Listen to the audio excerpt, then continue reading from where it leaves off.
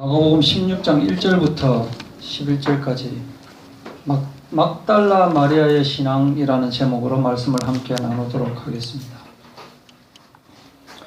성경에 보면은 마리아라고 하는 이름을 가진 사람이 많이 나옵니다. 마리아 하면은 뜻은 사랑받는, 높여진 이런 제목입니다. 구약에서는 히브리 말로 하면은 미리암 있죠. 모세의 누이 미리암도 같은 마리아입니다. 마리아. 근데 이제 신약으로 넘어와서 마리아라고 이렇게 불리는데, 마리아는 예수님의 모친 이름도 마리아죠. 그죠? 예, 마리아고, 또 나사로의 누이, 마르다의 동생도 이름이 마리아고, 또 야고보와 요셉의 모친 알페오의 아내도 마리아고, 또 마가 요한의 모친도 마리아입니다. 이름이 마리아라는 이름이 참 많아요. 또 로마서 16장 6절에 보면은 로마 교회를 위해 수고한 마리아 이렇게 나오고, 또 오늘 말씀 같이 나누려고 하는 막달라 마리아라고 하는 이름이 나오는데, 이 막달라 마리아는 예수님을 알기 전에는 어떤 마리아였느냐 하면은 누가복음 8장에 보면은, 누가복음 8장 2절에 보면은 예수님께서 악기를 쫓아내심과 병고침을 받은 어떤 여자들, 곧 7 귀신이 나간 자 막달라인이라 하는 마리아와 예로스의 청지기 구사의 아내 요한나와 수산나와 다른 여러 여자가 함께하여 자기들의 소유로 그들을 섬기더라. 예수님께서 7 귀신이 들린 막달라 마리아를 귀신을 내쫓았어요. 그러니까 마리아의 입장에서 볼 때는 이전에 7 귀신에 들려 있었다 이겁니다. 여러분 혹시 귀신 들려 보셨습니까? 아니면 혹시 귀신 들린 사람을 본 적이 있으십니까? 귀신 들린 사람의 첫째는 뭐냐면은 자기는 자기가 귀신 들린 줄 모른다는 사실이에요. 그래서 사실은 나는 귀신 들려본 적이 없다라고 다들 말을 하지만, 다른 사람이 자기한테 너 귀신 들렸었다라고 했기 때문에 내가 귀신 들렸었다라는 것을 알지, 그런 이야기를 하지 않는다면 나도 사실은 귀신이 들렸었을 수도 있고 예수님을 믿으면서도 귀신이 내한테 들어왔을 수도 있다 이겁니다. 내 마음을 혼란하게 하고 헷갈리게 하고 집중 안 되게 하고 하는 것은 전부 다 귀신이 하는 짓이에요. 가룟 유다에게 사탄이 들어가서 예수님을 팔려고 하는 생각을 집어넣어가지고 그 유다가 예수를 팔았잖아요. 가룟 유다 속에 귀신이 들어갔지만 자기는 모른다 이거예요.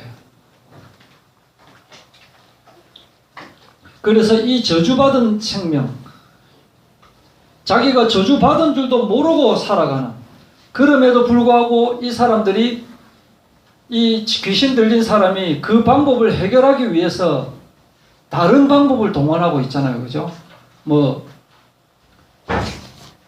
점친다든지 무당을 찾아간다든지 그런 방법으로 해결하려고 하지만, 그런 방법으로는 순간적으로는 해결되는 것 같아도 나중에 더 큰 귀신이 들어온다. 지금 7 귀신이 나간 자, 이 말은 처음에는 7 귀신이 바로 들어오지 않습니다. 한 귀신이 들어왔다가 또 그 문제를 해결하기 위해서 무당을 불러가지고 막 이래 나갔다가 다시 또 막 7 귀신이 더 들어와가지고 완전히 그냥 엉망진창의 그런 인생을 살았었다 이거예요. 그런 인생을 살았다가 예수님을 알고 난 뒤에, 예수님을 만나고 난 뒤에 어떤 마리아가 되었느냐. 이거 누가복음 7장에 나오는 이야기인데, 구성상 여기에 나오는 이 여자가 막달라 마리아라는 게 정통적인 해석이거든요. 이때 이제 한 바리새인 집에 갔는데, 여기에 그 동네에 죄를 지은 한 여자가 예수님에게 바리새인의 집에 앉아 계심을 보고 향유 담은 옥합을 가지고 와서 울면서 그 향유를 예수님에게 적시고 자기 머리털로 예수님을 닦고 또 발에 입을 맞추고 향유를 붓고 하는 장면이 나오고 있습니다.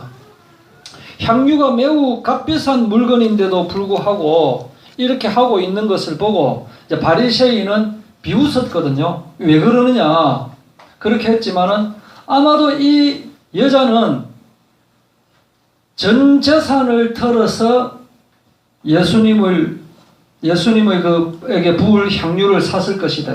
이건 뭐냐면은 자기의 마음의 표현입니다. 이게 뭐냐면은 내가 그동안 귀신에게 시달려서 완전히 그냥 억만진창의 삶을 살았었는데 이제 나에게 새 생명을 주셔가지고 내가 깨끗하게 되었으니까 아무것도 아깝지 않은 거예요. 사실은 우리가 예수를 믿으면 이런 마음이 들게 되어 있습니다. 진짜로 내가 예수님을 구주로 영접하고 내 과거의 죄된 나가 새로운 생명을 얻었다면은 그 다음에는 이 세상 모든 것이 하나도 아까운 것이 없어요. 나 자신도 드릴 수 있는 마음이 되어진다 이 말입니다. 이것이 예수 믿기 전과 예수 믿기 후가 이렇게 달라진다 이겁니다.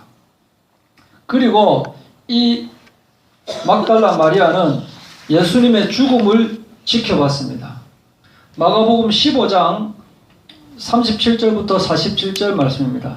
여기 보면은 40절에 보면은 멀리서 바라보는 여자들도 있었는데 예수님이 십자가에서 숨지시는 그 장면입니다. 숨지시는 것을 멀리서 바라보는 여자도 있었는데 그 중에 막달라 마리아와 또 작은 야고보와 요새 어머니 마리아와 또 살로메가 있었으니 이렇게 예수님의 죽음을 멀리서 바라보고 있는 것입니다. 또 47절에 보면은 무덤에 갇혔을 때도 또 막달라 마리아와 요새 어머니 마리아가 예수 둔 곳을 이제 찾아가 보는 것입니다. 이 마가복음 14장 50절에 보면은 제자들은 다 도망가 버렸어요. 제자들은 다 예수님을 버리고 도망갔는데 이 여자들이 예수님이 십자가에 매달리시는 것, 그리고 십자가에서 내려오시는 장면, 그리고 이 예수님이 무덤에 들어가는, 무덤에 놓이는 그 장면까지 가까이 가지는 못하고 계속 마음에 울었을 거 아닙니까? 울면서 예수님이 무덤에 들어가는 그 장면까지 계속 이제 따라가 본다 이거예요. 그리고 오늘 읽은 9절에 부활하신 예수님의 증인이 되었다라고 말을 하고 있습니다. 예수님께서 마가복음 16장입니다.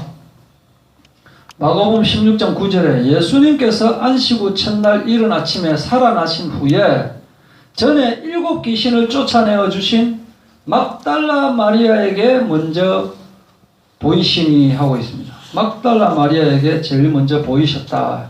이게 오늘의 키포인트입니다.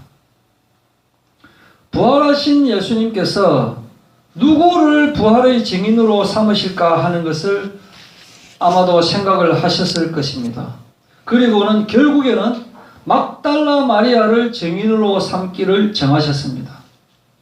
증인이라고 하는 것은 사건 현장에 있었던 사람이라야 되는데 막달라 마리아는 사건 현장에 항상 있었던 사람입니다. 그리고 누구보다도 주님에 대한 열망이 간절하였다. 이 내용을 요한복음에서 보면은 또 이렇게 표현이 되고 있습니다. 자, 1절에 안식 후 첫날 일찍이 아직 어두울 때에 막달라 마리아가 무덤에 와서 돌이 무덤에서 옮겨진 것을 봤습니다. 돌이 무덤에 돌을 가두어 놔야 되는데 무덤을 막고 있어야 되는데 가니까 그 무덤을 막아야 될 그 돌이 옮겨져 있는 것을 딱 봤다 이거예요. 깜짝 놀랐다. 아니 예수님이 어디 가셨나? 누가 가지고 갔나? 어떻게 됐나? 그러면서 2절에 시몬 베드로와 예수께서 사랑하시던 그 다른 제자 요한입니다. 에게 달려가서 사람들이 주님을 무덤에서 가져다가 어디로 두었는지, 그러니까 다른 데로 데리고 갔는지 그걸 지금 모르겠다. 분명히 계속 지키고 있었는데 이게 어떻게 된 일이냐? 이렇게 이야기를 하니까 3절에 베드로와 그 다른 이제 요한이 다다다다 뛰어가는 겁니다. 이제 예수님이 없어졌다는 말을 듣고 막 뛰어가는 거예요. 둘이 같이 다름질 하는데 그 다른 제자가 베드로보다 빨리, 이 말은 요한이 아마도 베드로보다 몸이 작고 발걸음이 빨랐던 것 같아요. 그래 베드로하고 요한이 가는데 베드로는 몸이 좀 비대하니까 조금 늦게 갔고 요한이 빨리 간 거예요. 그 다다다다 갔는데 가니까 세마포 놓인 곳을 보았는데 들어가지는 않았는데 베드로가 이제 뒤따라가서 딱 보니까 머리를 쌌던 수건이 세마포와 함께 놓이지 않고 다른 곳에 놓여 있더라 이 말이에요. 예수님께서 입으셨던 그 세마포와 그 두건이 원래 있어야 되는 자리가 아니고 다른 곳에 있는 것을 딱 봤다 이거예요. 그런데 그때야 무덤에 먼저 갔던 그 다른 제자도, 요건 이제 요한이거든요. 요한이 보고 아 예수님이 없어졌구나 라고 하는 것을 믿었다 이거예요. 9절 보십시오. 그들은 성경에 그가 죽은 자 가운데서 다시 살아나야 하리라 하신 말씀을 아직도 알지 못하고 있는 거예요. 아, 예수님께서 예언하신 대로 예수님께서 부활하셨구나 라고 깨달아야 되는데 예수님이 지금 사라진 것을 보고도 아직도 깨닫지를 못하고 있다 이겁니다. 10절 이에 두 제자가 자기들의 집으로 돌아가니라. 그냥 돌아가 버린 거예요. 이게 어떻게 된 일이냐 이게. 3년 동안 예수님을 따라다니던 이 제자들이 예수님이 십자가에 못 박혀 죽으실 때도 도망가 버리더니 무덤에 들어갔는데, 무덤에 들어가셨는데 분명히 예수님이 사라져 버렸다 이거죠. 그러면 아니 이 예수님의 시체를 어떻게 한다, 만약에 부활하는 걸 안 믿었다 하더라도 예수님의 이 시체를 누가 가져갔나 하고 막 찾고 또 이렇게 해야 되는데 마치 아무 일도 없었던 것처럼 그냥 집에 가는 거예요. 집에 아무 생각이 없는 거예요. 그냥 아 옛날에 그냥 한바탕 소동이 일어났구나 라고 생각하면서 다 고기 잡을 사람들은 고기 잡으러 가고 농사 짓는 사람 농사 지러 가고 그냥 아무 일 없었던 것처럼 그냥 불풀이 흩어져 버린 거예요. 그런데 마리아는 무덤 밖에 서서 이제 울고 있는 거예요. 아니 이게 어떻게 된 건가. 계셔야 될 예수님이 안 계시니까 이거 미치고 팔딱 뛰겠는 거예요. 이게 도대체 어떻게 된 거냐. 근데 흰옷 입은 두 천사가, 12절입니다. 흰옷 입은 두 천사가 예수의 시체였던 곳에 하나는 머리편에 하나는 발편에 딱 앉아가지고 천사들이 이르되 여자여 어찌하여 우느냐 하니까 사람들이 내 주님을 옮겨다가 어디 두었는지 내가 알지 못하나이다 라고 하니까 이 말을 하고 뒤로 돌이켜 예수께서 서 계신 것을 보았으나 예수이신 줄은 알지 못하더라. 그러니까 막달라 마리아도 예수님께서 부활하실 것이다 라고 하는 말을 깨닫지는 못했어요. 그러나 주님에 대한 간절함이 있다가 보니까 무덤을 떠나지는 않고 있는 장면이다. 그런데 예수께서 이르시되 여자여 어찌하여 울며 누구를 찾느냐 하시니 마리아는 그가 그때까지도 예수님인 줄 알아보지 못하고 그 무덤 지키는 사람인 줄 알고 당신이 옮겼으면 어디다 두었는지 좀 내한테 말을 해라 라고 하는데 이때 예수님께서 마리아야 하고 부른다. 마리아야. 마리아가 돌이켜 히브리 말로 라보니 하니 이는 선생님이라는 말이라. 예수께서 이르시되 나를 붙들지 말라. 내가 아직 아버지께로 올라가지 아니하였노라. 너는 내 형제들에게 가서 이르되 내가 내 아버지 곧 너희 아버지 내 하나님 곧 너희 하나님께로 올라간다 하라 하시니 예수님께서 내가 지금 살아있고 하늘나라로 올라간다라는 사실을 네가 증거해라 라고 막달라 마리아에게 말을 한 겁니다. 막달라 마리아가 드디어 제자들한테 가가지고 내가 주님을 보았다. 또 주님께서 이렇게 말씀하라고 하셨다라고 하면서 예수님께서 하늘로 올라간다고 하시더라 이 말을 이제 전하고 있는 거예요. 예수님의 마리아의 입장에서 볼 때 마리아야 하고 이름을 부를 때를 생각해 보십시오. 죽은 줄 알았던 이 예수님이 살아나셔서 자기의 이름을 불러주신다. 7 귀신이 들렸던 이 폐인이 나중에 부활의 주님을 증거하는 증인이 되었습니다. 이것이 얼마나 영광스럽고 감격스러운 일이냐 하는 겁니다. 예수님은 막달라 마리아에게 가장 먼저 보이셨거든요. 예수님 부활을 목격한 사람은 약 550명 정도 되는데 그 중에 가장 먼저 본 사람이 막달라 마리아다. 이게 우연일 수 있습니다. 그냥 어떻게 하다 보니까 가장 먼저 본 별로 중요한 일이 아닐 수도 있습니다. 그런데 예수님의 입장에서 보자 이거예요. 만약에 우리가 예를 들어서 진짜로 막 정말 중요한 시험에 합격을 하면 누구에게 가장 먼저 이야기를 하고 싶겠습니까? 가장 내가 좋아하는 사람한테 먼저 이 합격의 소식을 알릴 거 아닙니까? 그죠? 뭐 좋은 일이 있을 때. 이때 예수님은 막달라 마리아를 택했다 이거예요. 이 기쁜 소식을 막달라 마리아에게 전하고 싶었다 이거예요. 왜냐? 이 예수님이 어머니 마리아에게도 말할 수 있고 또는 자기를 죽이려고 했던 그 로마 군사들 아니면 그 유대인들한테 딱 나타나가지고 야 너희가 나를 죽였지 그런데 내가 이렇게 살아있다 이렇게 나타날 수도 있는 거예요. 빌라도에게 딱 나타나가지고 빌라도가 앉아가 있는데 거기 쫙 나타나가지고 야 니 내 죽였지 내 지금 여기 살아있다 이렇게 할 수도 있다 이겁니다. 예수님을 부인했던 베드로에게 나타날 수도 있고 사랑하는 제자 요한에게 나타날 수도 있고 그렇게 할 수도 있는데 예수님이 먼저 찾은 사람은 바로 막달라 마리아였다. 왜냐? 생각해보면은 막달라 마리아만큼 주님의 은혜에 감사하고 감격하는 사람이 없었다 이겁니다. 성경에 보면은 예수님으로 인해서 죽었다가 살아난 사람이 많이 있습니다. 나사로도 있고 해당장 야이로의 딸도 있고 뭐 이런 수많은 병고침을 받은 사람들이 있는데 이들이 있었지만은 진짜로 감격을 하고 감동한 사람은 바로 막달라 마리아였다 이게. 예수님의 은혜에 진정으로 감사한 우리가 교회에서 예수를 믿으세요. 예수를 믿으면 복을 받습니다. 예수를 믿으면 좋습니다. 하고 이렇게 예수님을 믿게 됐는데 진짜로 예수님을 믿고 나니까 이렇게 정말 좋구나라는 것을 느꼈다면은 이 감격이 저절로 되어져야 된대. 이 감동, 이것은 이 세상에 지금까지 기뻐하였던 것도 하고는 비교도 되지 않을 만큼 엄청난 이 기쁨이 내한테 일어나야 된다.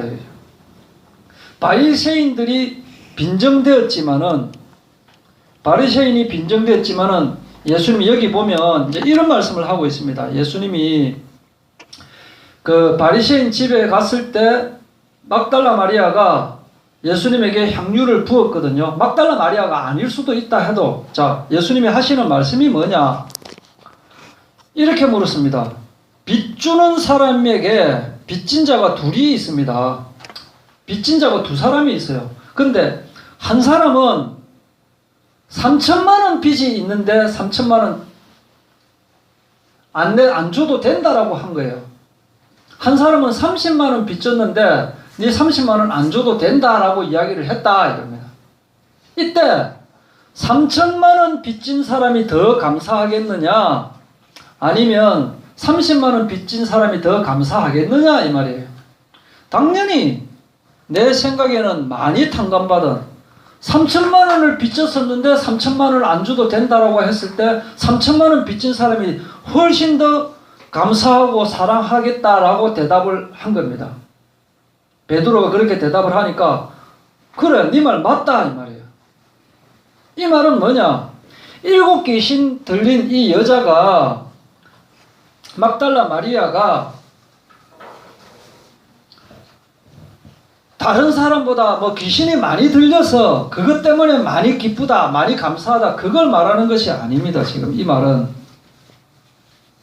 이 말을 하는 것이 아니고 자기가 정말 죄인이다라고 생각을 하는 만큼 더 기쁨이 크다 이겁니다. 똑같이 해도 아니 뭐 내가 예수 믿어가지고 뭐 구원 받을 수도 있고 뭐 아니 뭐 절에 가서 뭐 또 극락 갈 수도 있는데 집이 가깝다 보니까 그냥 교회 왔을 뿐이다. 그런 기쁨하고 예수님이 아니면 내가 지금 어떻게 됐겠느냐? 정말 지금 엉망진창일 것인데 이 예수님을 만나서 내 모든 것을 드릴 수 있다라고 하는 그 감동을 가지고 있는 거예요. 이 막달라 마리아가. 그래서 이런 말을 하죠. 죄가 클수록 용서함이 크다. 죄가 클수록 감사함이 크다. 그 말은 죄를 많이 지을수록 더 좋은 거다. 그 말이 아니에요. 예수님의 입장에는 사람들이 생각할 때는 도둑보다는 강도가 더 죄인이고 강도보다는 살인자가 더 죄인이다. 이렇게 사람들은 생각하지만 예수님이 볼 때는 누가 더 큰 죄인이냐? 자기가 큰 죄인이라고 생각하는 그 사람이 가장 큰 죄인이다 이거예요. 자기가 죄인이라는 것을 깨달아야 되는 거예요. 전번에 이야기를 했죠. 죄를 지어놓고 이것이 죄다라는 것을 알고 있는 사람과 자기가 모르고 죄를 지은 사람하고 누가 더 괜찮은, 더 착한 사람이냐, 더 나은 사람이냐라고 할 때 세상의 입장에서 볼 때는 모르고 죄를 지은 사람은 모르고 지었으니까 그런 사람은 용서해 줄 수도 있지 않느냐라고 하지만 주님의 입장에서는 모르고 죄를 지은 사람은 자기가 죄인이라는 것 자체를 모른다 이거예요. 그러나 조그마한 죄를 지어놓고도 내가 죄인이다라는 것을 아는 사람은 그 죄에 대해서 용서를 받았을 때 더 기쁨이 크다 이거예요. 내가 죄를 많이 지었다 적게 지었다라는 것이 중요한 것이 아닙니다. 누구나가 이 세상에 태어나면서 죄인으로 태어나게 되어 있습니다. 그러면 누구나가 지옥에 가게 되어 있습니다. 그런데 내가 정말 예수님이 아니면 죽을 수밖에 없었다라는 그 큰 감격을 가지고 있는 사람이 더 사랑을 받는 사람이고 예수님을 더 사랑하는 사람이다. 지금 그 말을 하고 있는 거예요. 이 막달라 마리아는 너무 감사하다. 너무. 다른 사람은 그냥 아유 감사합니다. 아유 예수님 참 고맙지러. 내 죽으려고 했는데 살려주니까 참 고맙네. 이제 그렇게 하는 거하고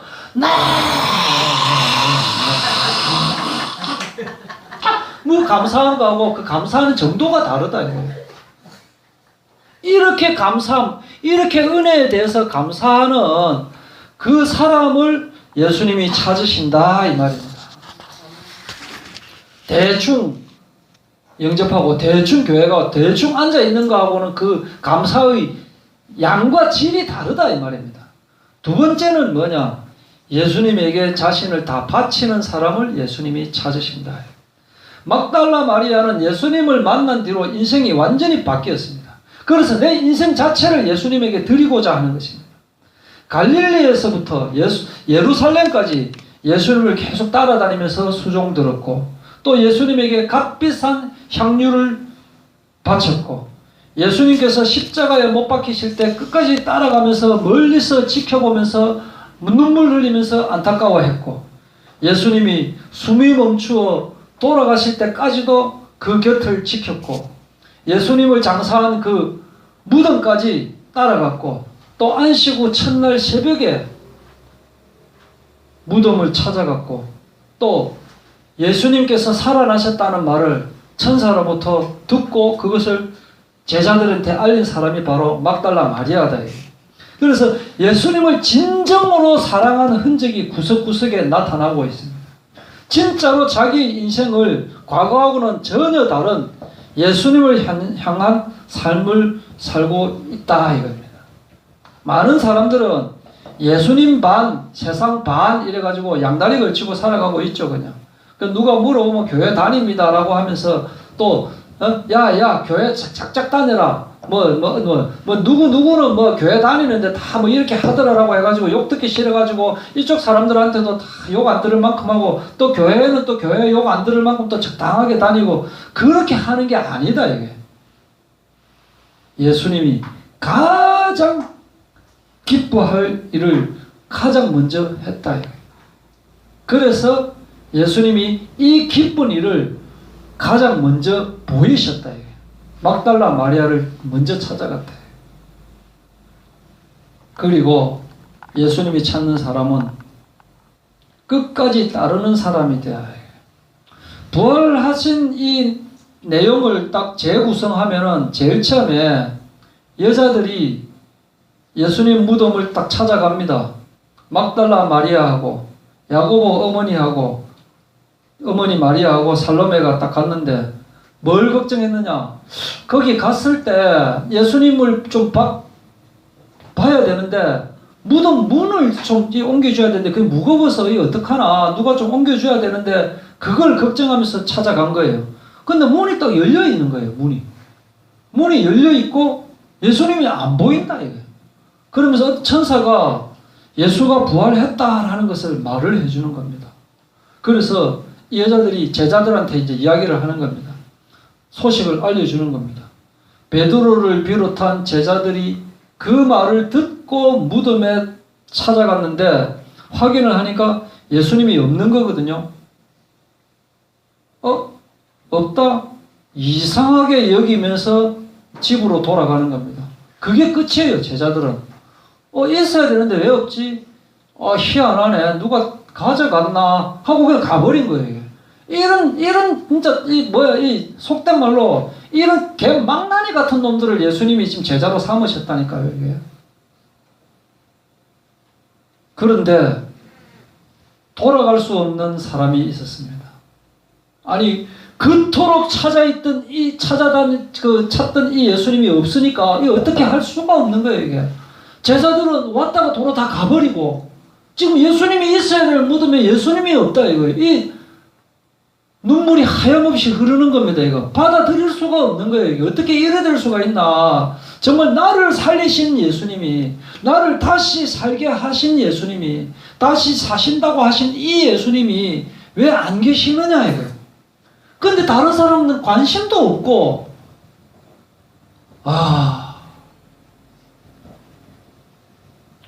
근데 이 마리아는 이전 것은 지나갔고 보라 새 것이 된 새로운 피조물이 내가 되어 있는 거예요. 나는 과거 같으면은 돌아가고 말고 그냥 자기 본연의 일을 하겠지만은 지금은 돌아간다는 것은 있을 수 없는 일이거든요.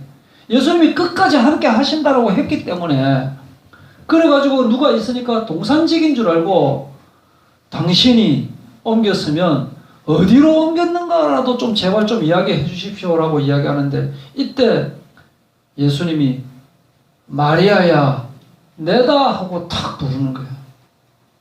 그렇게 찾았던 이 예수님이 살아서 자기의 이름을 부른다. 결론을 맺도록 하겠습니다. 예수님은 은혜에 감사할 줄 아는 사람을 예수님은 먼저 찾으십니다. 예수님은 다 찾기는 찾지만 가장 먼저 기쁘게 찾는 사람들은 은혜에 감사하는 사람. 그리고 자기를 부인하고 자기 십자가를 지고 예수님을 따르는 사람을 찾고 있는. 사람들이 감격할 줄 몰라. 텔레비에 뭐 이상한 거 나오면 대박 하는데 그건 대박도 아닙니다. 그건 아무것도 아닙니다. 그냥. 예수님이 나를 살린 거 이거보다 더 큰 대박이 어디 있습니까? 이거. 그런데 그것보다 엉뚱한 것에 사람들은 감격하고 있으면서 자기가 지옥에 들어갈 자기 자신을 예수님께서 값없이라는 용어가 이게 값없이라고 하는 말이 사실은 굉장히 귀중하다라는 말이거든요. 값없이라고 하는 말이 공짜로 예수님께서 자기 목숨을 바치셔가지고 나를 공짜로 살리셨다 이 말이에요. 이 얼마나 큰 감동이냐 이게. 그런데 이 감동이 없기 때문에 은혜가 없는 거예요. 이 은혜가 없기 때문에 생활이 밋밋한 거예요. 생활이 밋밋하기 때문에 한쪽 다리는 교회에다 놔놓고 한쪽 다리는 세상에 놓고 이것도 아니고 저것도 아니고 이렇게 살아간다. 그러나 정말로 주님이 나의 구주다라는 것을 생각하는 사람은 한 번 기쁘고 끝나는 것이 아니고 끝까지 계속 기쁜 거예요. 기쁨이 그냥 충만한 거예요. 계속 기쁨이 정말 기쁨이 오늘도 기쁘고 내일도 기쁘고 어제도 기쁘고 늘 기쁘다니까요. 그 기쁨이 계속 간다는 거니까요. 오늘 또 자려고 생각하면 너무 기쁜 거예요. 내가 지금 살아났다. 예수님 때문에 내가 살아났다. 내일도 그렇고 모레도 그렇고 이 기쁨이 충만한 저희들 되기를 바랍니다. 기도하겠습니다. 하나님 아버지 감사합니다. 정말 나를 살리신 예수님, 나를 다시 살리신 예수님을 감사합니다. 그리고 다시 살아난 예수님을 감사합니다. 정말 이 예수님께서 나를 위해서 죽으셨고 나를 위해서 다시 살아나셨다고 하는 이 사실을 저희들 영원토록 누리면서 이 사실을 증거할 수 있도록 주여 허락하여 주시옵소서. 살아계신 예수님의 이름으로 기도하옵나이다.